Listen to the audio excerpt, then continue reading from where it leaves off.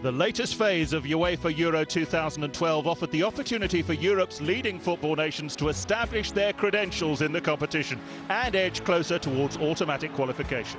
Portugal are under new management and were looking to kick-start their faltering campaign at home to Denmark. The Czech Republic are under pressure, having lost their opener against Lithuania. They face table-topping Scotland. Italy were in Belfast, aiming for 3 wins out of 3, but Northern Ireland can be tough nuts to crack at home. And the unbeaten Dutch were also in action in Moldova. Plus, with all the important games, goals and news from across Europe coming right up. We begin in Group E, where the World Cup runners-up Holland were in action against Moldova. The Dutch put 5 goals past San Marino and then beat Finland. Moldova also impressed by overcoming the Finns in their first match. Commentary comes from Kevin Keatons. Moldova made 2 changes to the team that lost last qualifier in Hungary. Tegilash and Josan drop out and are replaced by Golovatenko and Dorosh. Bert van Marwijk has dropped Nigel de Jong for disciplinary reasons, so Affalay figures in midfield. Eric Peters is drafted into the defence for Anita. Early chance here for Moldova. It was offside, but the goalkeeper Stecklenburg didn't know that. It was a decent shot, but he was in an offside position, was Bulgaru. Netherlands settling into some good possession football here. This is Schneider, and Huntelaar in the clear! Saved by Namashko.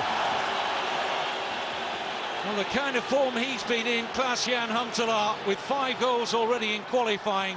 This is a chance you'd have expected him to take. Corner will be taken by Rafael van der Vaart.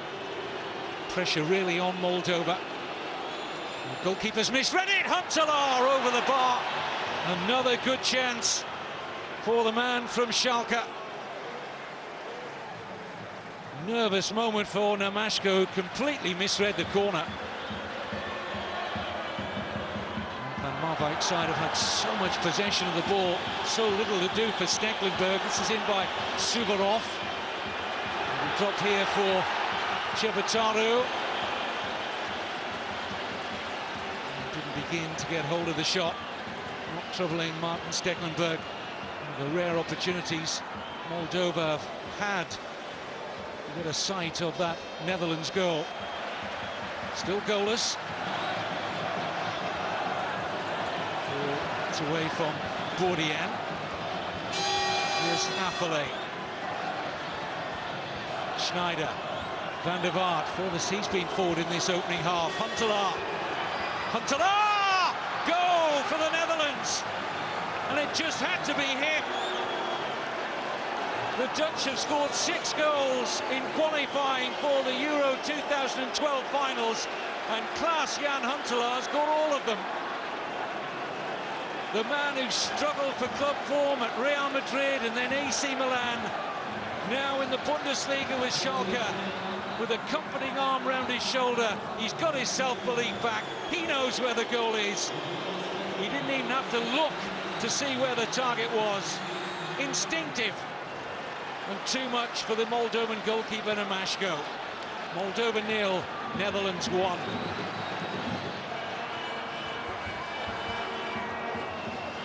Bert van Marwijk's side will be looking for the cushion of a quick second goal here now.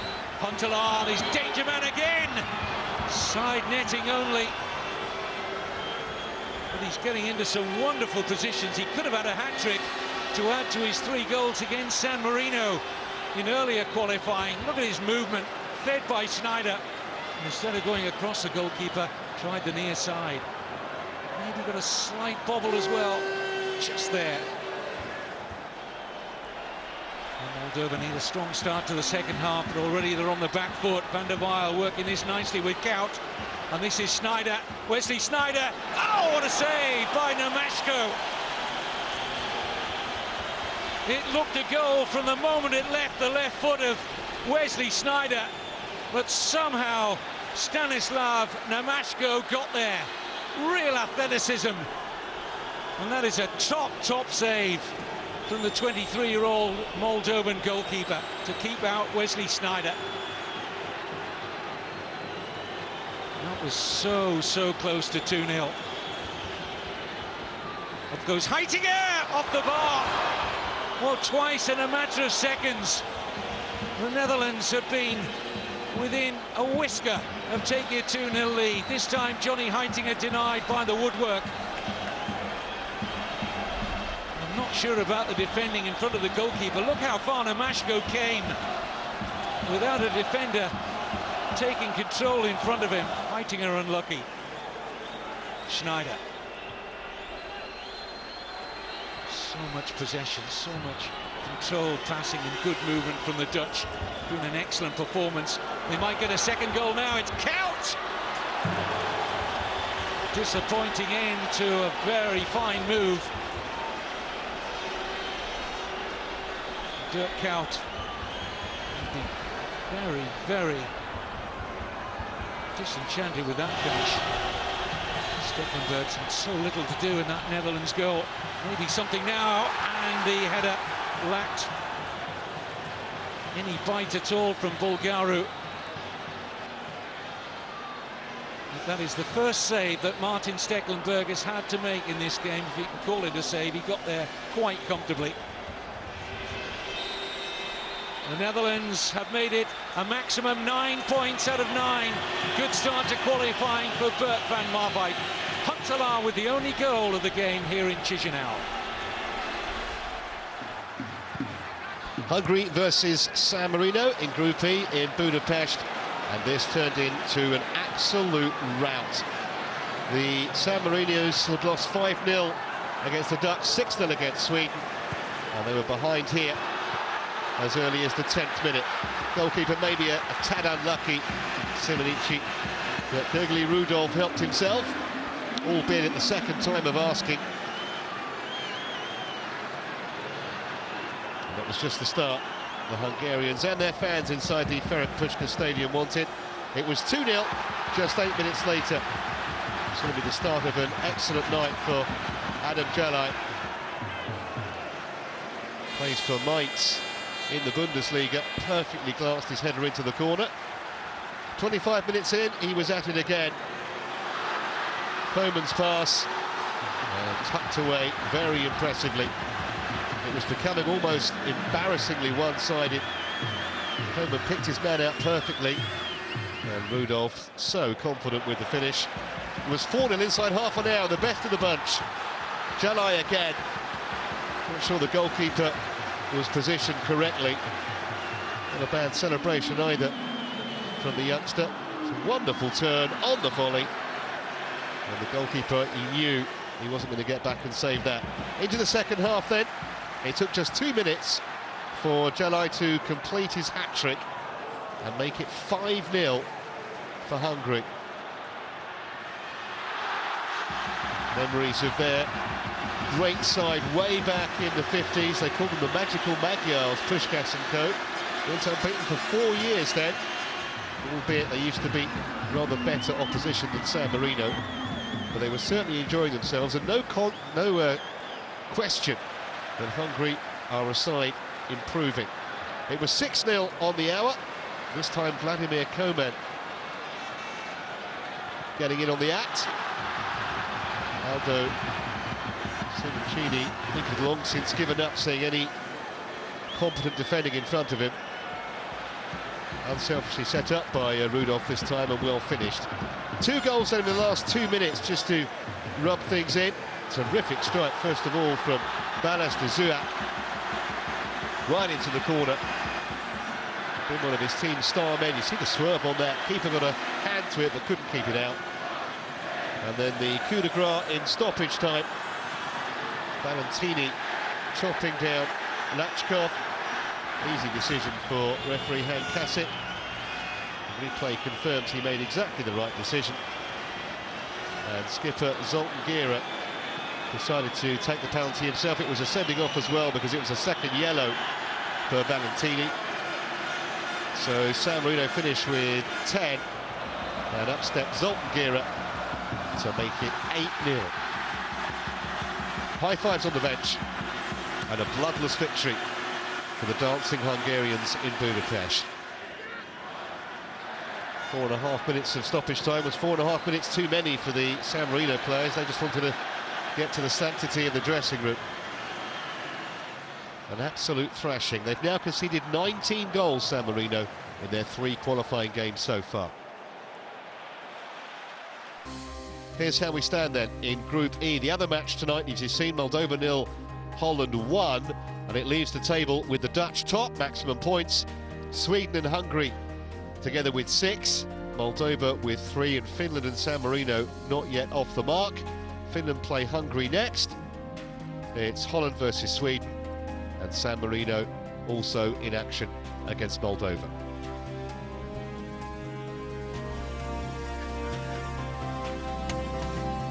On to Group I then, where Scotland were in action against the Czech Republic. The Czechs are still reeling from their opening match defeat by Lithuania, so the pressure was really on them in Prague. The Scots, having avoided disaster with a late winner against Liechtenstein, found themselves on top of the table going into this one. Commentary from Prague comes from Mick Conway.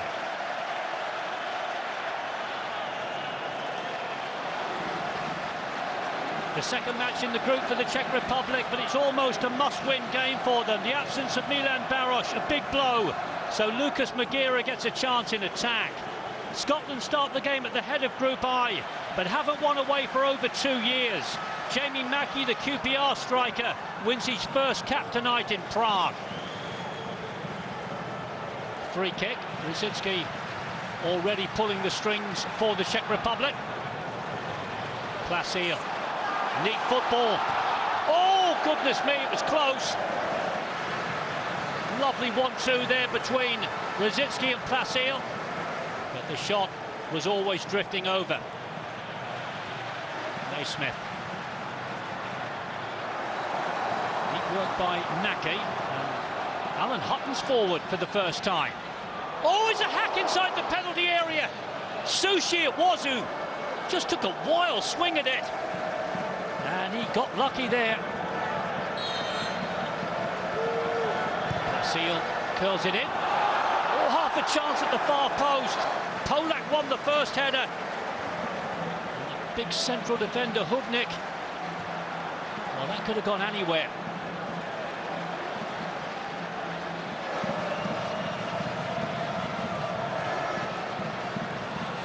Polak. Magira. Much of him so far. Chance for Nissid. McGregor did well in the Scotland goal.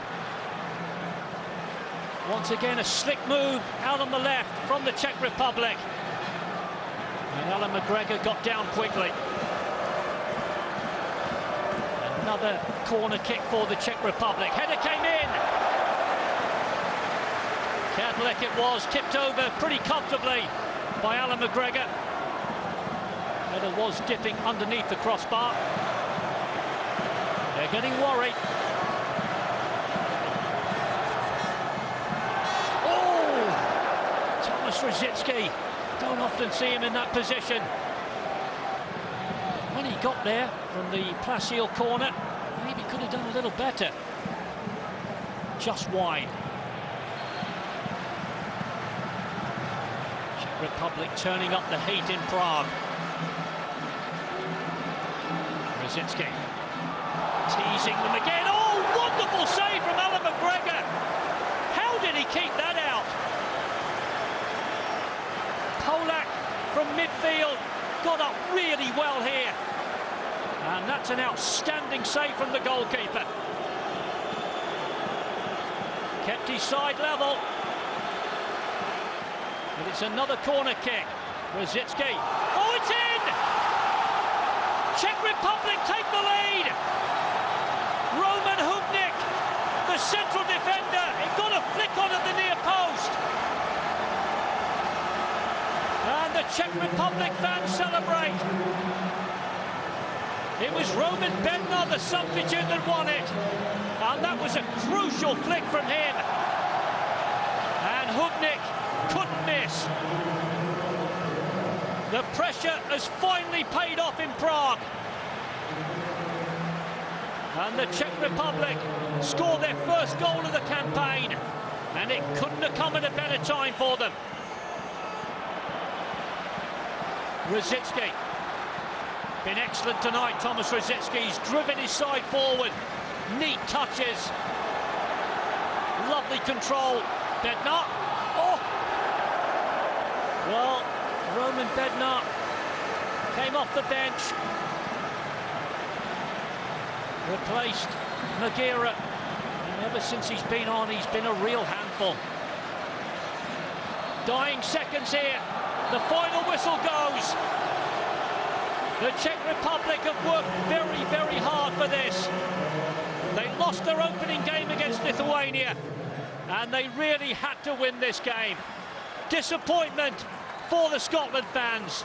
The final score, Czech Republic 1, Scotland 0. Here's how we stand then in Group I. Victory for the Czech Republic, as you've just seen.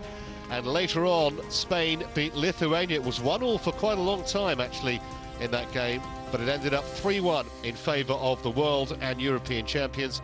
It means that Spain top the group with maximum points. Scotland and Lithuania have 4 apiece. Then come the Czech Republic with 3. And on Tuesday, it's Liechtenstein against the Czech Republic and Scotland against Spain. In Group C, the Italians have made an impressive start to the qualification process with 2 wins out of 2. Opponents Northern Ireland have not qualified for a major final since 1982, but their recent home record is formidable, and they've already produced 1 surprise in this group by winning in Slovenia. Commentary from Windsor Park, Belfast, comes from Dan O'Hagan. Played 1-1 so far for Northern Ireland, just 1 change from their win in Slovenia. Johnny Evans in for Craig Cathcart at left back. The attack led by David Healy and Warren Feeney. Cesare Prandelli named he said on Thursday, 6 World Cup survivors, 6 begin on 10 caps or less. The front 3 are Simone Pepe, Marco Borriello and Antonio Cassano. Cassano 2 goals in 2 games so far. This is Simone Pepe, good save Mike Taylor. Cassano was the man who made the chance here. And this cross turned away by a strong hand from Taylor. Cassano puts the ball in. Oh, it's across the face of goal. Actually making moments here early on. And this was crying out for a touch from Pepe in the middle. Actually getting close, very close early on. Brunt. This is Feeney, Brunt again.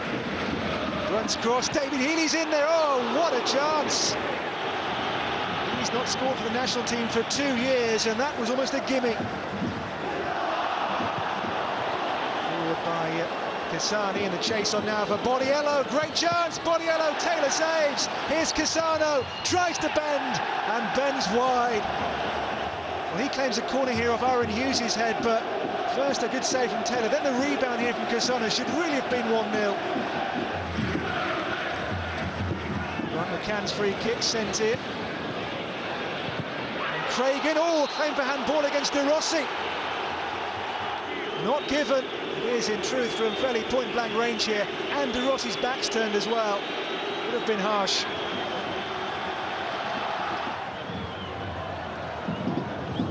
Borriello, De Rossi, Borriello still across the face of wide, across the face of goal rather, and wide from Borriello. To score in 6 caps now for the national team. De Rossi of Roma, Pirlo of Milan. This is Lazio's Mauri. Mauri for Borriello! Shot which really lacks the venom to overly extend Mike Taylor.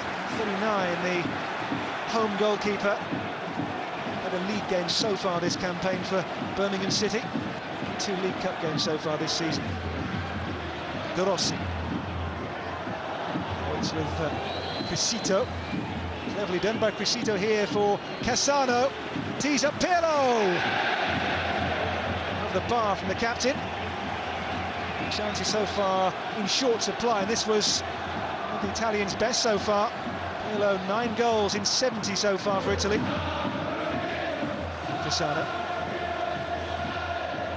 Cassano's cross swung in. Oh, and here's Pepe! In the end, neither cross nor shot there from Simone Pepe to score for the national team, and this was certainly a presentable opening. Yeah, maybe caught in 2 minds. Does he cross or does he go for goal himself here? Neither really. No, we know for sure for Italy. There have been a few of those tonight.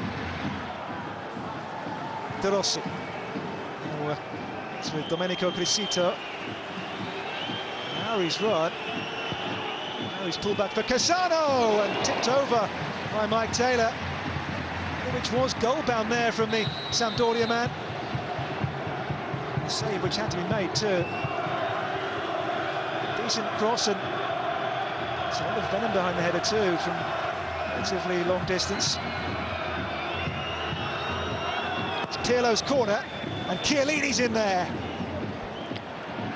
Well, he was named the best defender in Serie A for the second year running last season, Chiellini. Scoring isn't quite his forte.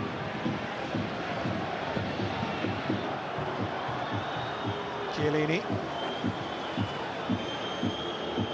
This is Cassano. Cassano's cross. Pazzini! And oh, Rossi! Two chances there in rapid succession for the Italians, neither taken. First Pazzini, and then Giuseppe Rossi, the two substitutes in combination. His plan B almost pays off here. Header down, and then the shot wide. Here comes Stephen Davis. Now McGinn, Stephen Davis, is this their moment? Viviano makes the save. Stephen Davis within a whisker of a dramatic late winner for Northern Ireland. Draws a very good save. Last seconds, dying embers, there'll be no more. There's the whistle, honours even. It's a big point for Northern Ireland.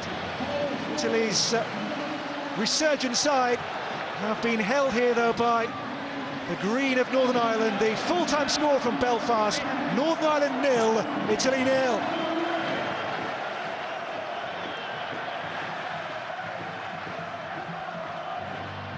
Group C action from Belgrade, Serbia versus Estonia. The best chance of a poor first half actually fell to the Estonians.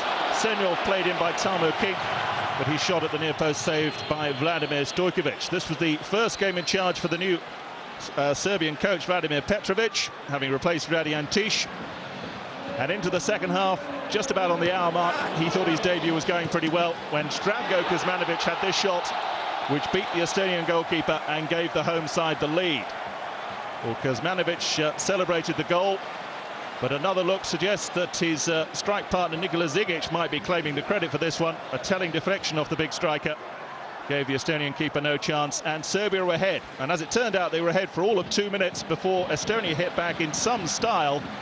What about this for a strike from Tarmo Kink? Absolutely no chance for Stojkovic from a very long way out, having cut in from the flank. And Estonia, who are certainly not the pushover they used to be in European football, were back on terms at one apiece. And the game got better for the visitors as it progressed in this second half, inside the final 20 minutes. Estonia making all the running now as the Serbs really started to look out of sorts. Bouncing around the penalty area before a telling strike came in from Konstantin Vasiliev. And the Estonians had turned things completely around in Belgrade. From 1-0 down, they were 2-1 up inside the final 20 minutes. Things got even worse for the new man Petrovic late on. What about this for an absolute howler from Alexander Lukovic? No communication with Stojkovic, heading it into his own net, and that wrapped up a famous win for the Estonians, 3-1 in Belgrade. Well, next we're off to Ljubljana for Slovenia against the Faroes, and it proved a pretty one-sided contest. Tim Matacs with the opening goal, 27 minutes in. Hugely promising young player. Remember, they lost at home to Northern Ireland, Slovenia. They got a decent away draw in Serbia, but they were enjoying themselves this evening. Matacs with the second goal, albeit Faroe Islands goalkeeper Jakob Mikkelsen won't look back on it with any degree of pleasure. He really should have stopped it. They've lost all three of their previous group games, the Faroes, and this was going the same way. 3-0 just after half-time. Poor defending, but Matav celebrating his hat-trick, played onside by the right-back, who was virtually on the dead ball line. hence why there were no complaints from the Faroe Island defenders. The initial shot was a miss hit, but from so close, Mates was never going to miss. It was 4-0 shortly after that, a blatant penalty. Henrik Rubiksson's foul on Josip Ilicic, clearly tugged back his man. And up stepped Milivoje Novakovic to bury the penalty. But there'd been some encroachment. So the Bulgarian referee, Stanislav Todorov, forced Novakovic to put the ball back on the spot again. And he was just as clinical, went the other way. Nicholson guessed wrong. That was 4-0. And they were really starting to relish this battle against the Minnows. Nice little chip finish from Zlatko Dedic to make it a nap hand 5-0 to Slovenia.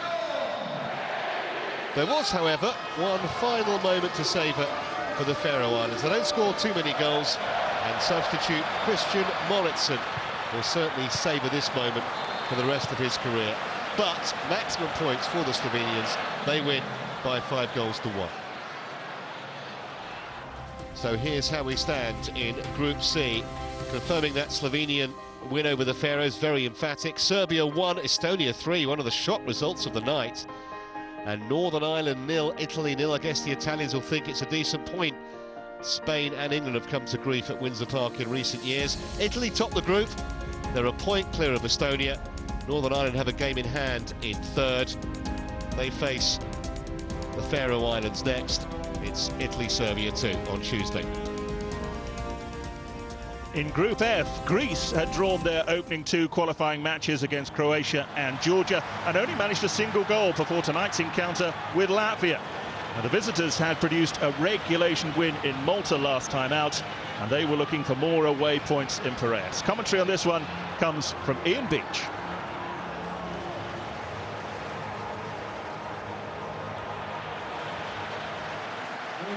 Greece made 2 changes to the team that drew 0-0 in Croatia last month. Sotiris Ninis and Kostas Mitroglou coming in, but the veteran Nikos Libopoulos misses out. He came out of international retirement. Latvia make 2 changes themselves, with Zernis coming in, as well as Vitalis Astadievs, the most capped player in European football history. Ninis with the corner.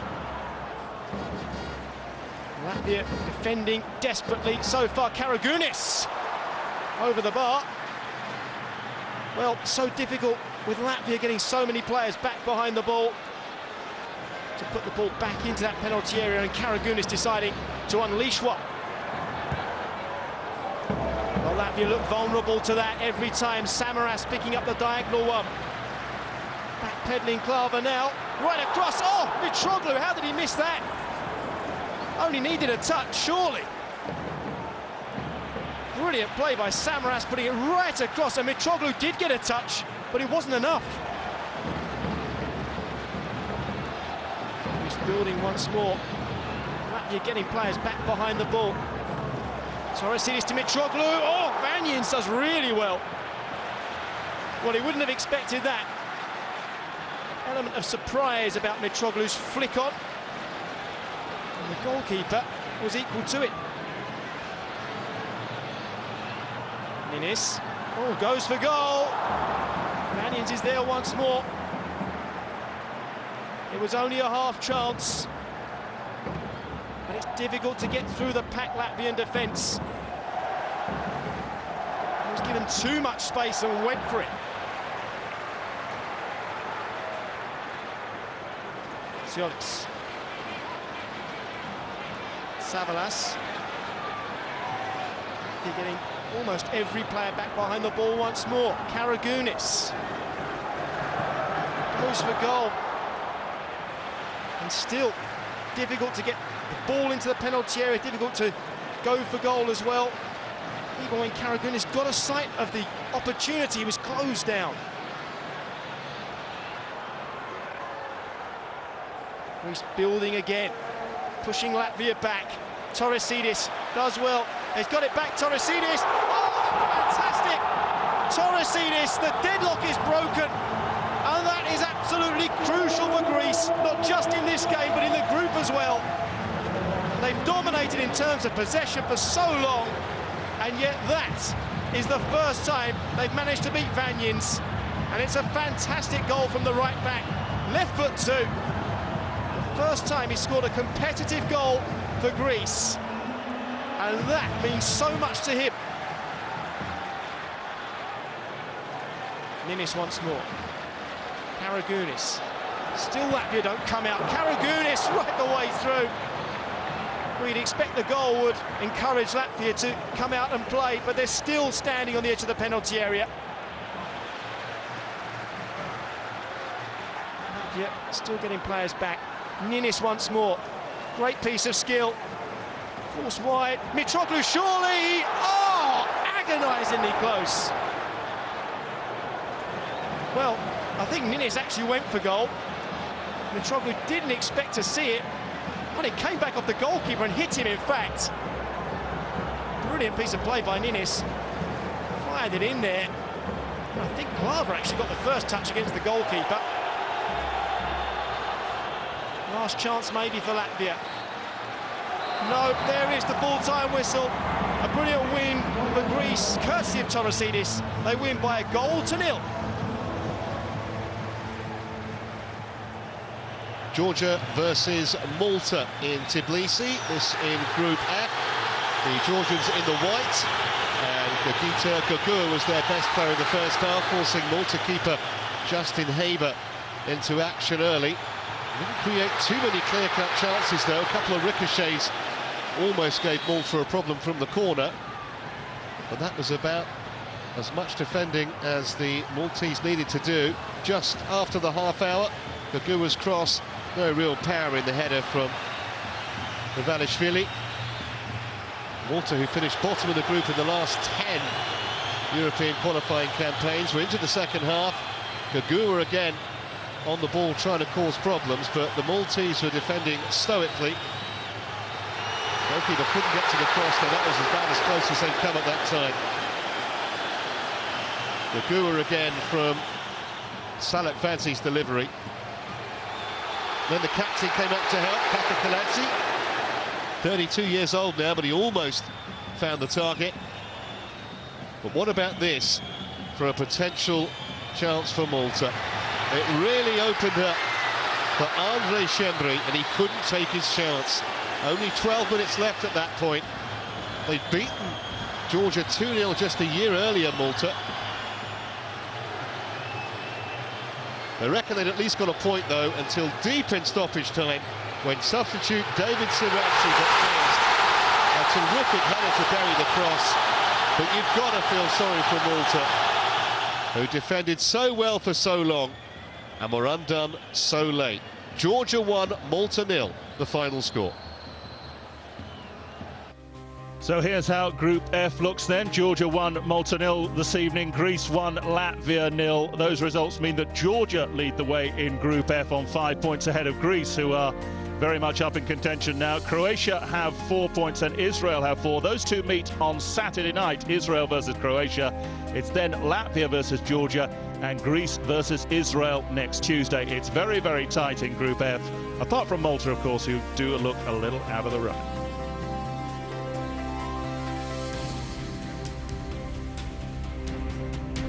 Group H action now comes from Porto, where Portugal were looking to spark their Euro campaign into life after their disappointing reverse against Norway. The 2004 finalists were up against Denmark in Paulo Bento's first game in charge. But would they have their work cut out against the Danish side that prevailed over Iceland in their opening fixture in this group? Commentary from the Dragao comes from Gary lineup as Portugal head coach, and it shows 6 changes to the team beaten in Norway, including the return of captain Cristiano Ronaldo. 6 changes as well for a Denmark side that won their last game against Iceland. Keeper Thomas Sorensen returns from an elbow injury for his 91st cap in goal.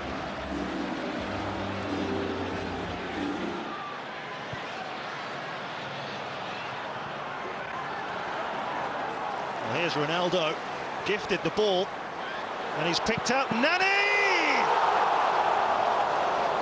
And the Paulo Bento era is up and running. A vital goal for Portugal. Ronaldo perhaps looking for Almeida in the middle, but actually found Nani, and it went through the legs of Sorensen. What a fantastic moment that was for Nani. Oh, what kind of a pass is that from Poulsen? He's given it to Nani again! Oh, that is phenomenal! 2 goals in the space of a minute. What a thunderous strike. Denmark, the authors of their own misfortune. What an awful pass from Christian Poulsen. Didn't Nani make him pay? No chance here for Sorensen. It looks like he may have to go off here as well.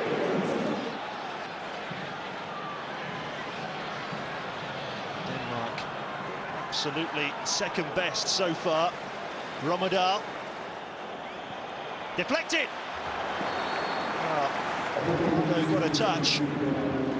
Deflection on that shot just made it a little bit tricky for the Portugal goalkeeper.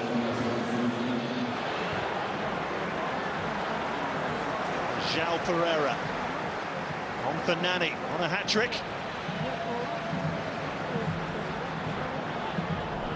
It's Ronaldo! Oh, great save by Lindegaard. He was at full stretch there. Oh, that's a cracking stop.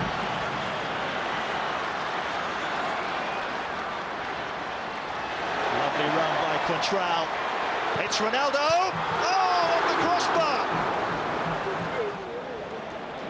Well, they got a deflection on it from Kier. Ronaldo! Beaten away by Lindegaard again, and Martins must have thought he was going to score the rebound. Great save from Lindegaard.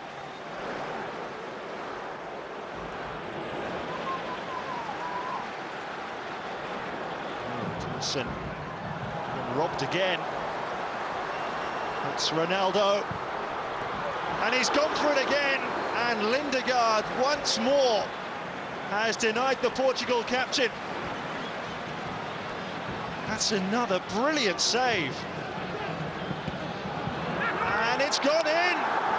It's an own goal, I think. Denmark suddenly right back in it. Poulsen wins the first header and it goes in off Ricardo Carvalho. Nani. Thiago.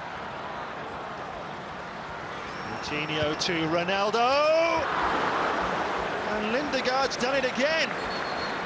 It's a personal duel between these two.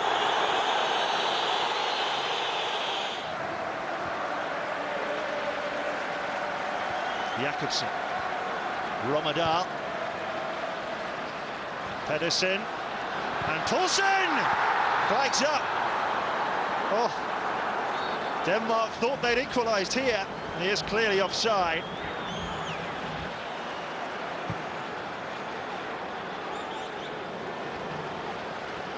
And by Postiga. And this is Jorgensen and Ronaldo! At last he's on the score sheet! And that's surely 3 points for Paulo Bento. Set up by Nani to return the favour from the first half. 3-1 to Portugal. Confirmation then of both tonight's results in Group H. We've seen Portugal's victory. In the other game in Nicosia, it finished Cyprus 1, Norway 2. And that continues Norway's excellent start to their qualifying campaign. They're 5 points clear of Portugal. Then come the Danes, they've got a game in hand on 3 points, Cyprus with just the one. On Tuesday, Denmark take on Cyprus and Portugal face the trip to Iceland. Group B action then from Andorra first, where the two teams at the bottom of the group before today's games met, and it was Andorra who had the first decent chance of the game. Christian Martinez with a cross shot which drew a good save from Edin Neredinovski in the Macedonia goal. Andorra defeated Macedonia 6 years ago in a qualifying game, but it's a long time since their last win, and they were trailing before the break when Ilcho Namoski got up to a corner and powered home a header to give the Macedonians the advantage at the break. But Andorra worked hard and looked to get back into the game, and right at the start of the second half, Sebastian Gomez drew another good save from Neredinovski. But Andorra, who've now gone 28 qualifying games, in fact, without success, were always struggling after that as Macedonia looked to put the game to bed. Stevisa Ristic with a shot that was tipped away by Jose Antonio Gomez. And on the hour mark, Macedonia did make sure of their first success in Group B. Van Sikov getting on the end of Gurovski's corner. A free header, powered it home. And Andorra's defensive frailties had struck again. As the game progressed, Macedonia looked the more likely to add to their lead, and they drew some real heroics from the Andorra keeper, Jose Antonio Gomez, with two fine saves there to keep the scoreline respectable for his side. Fine saves, particularly the second one from Gurovski.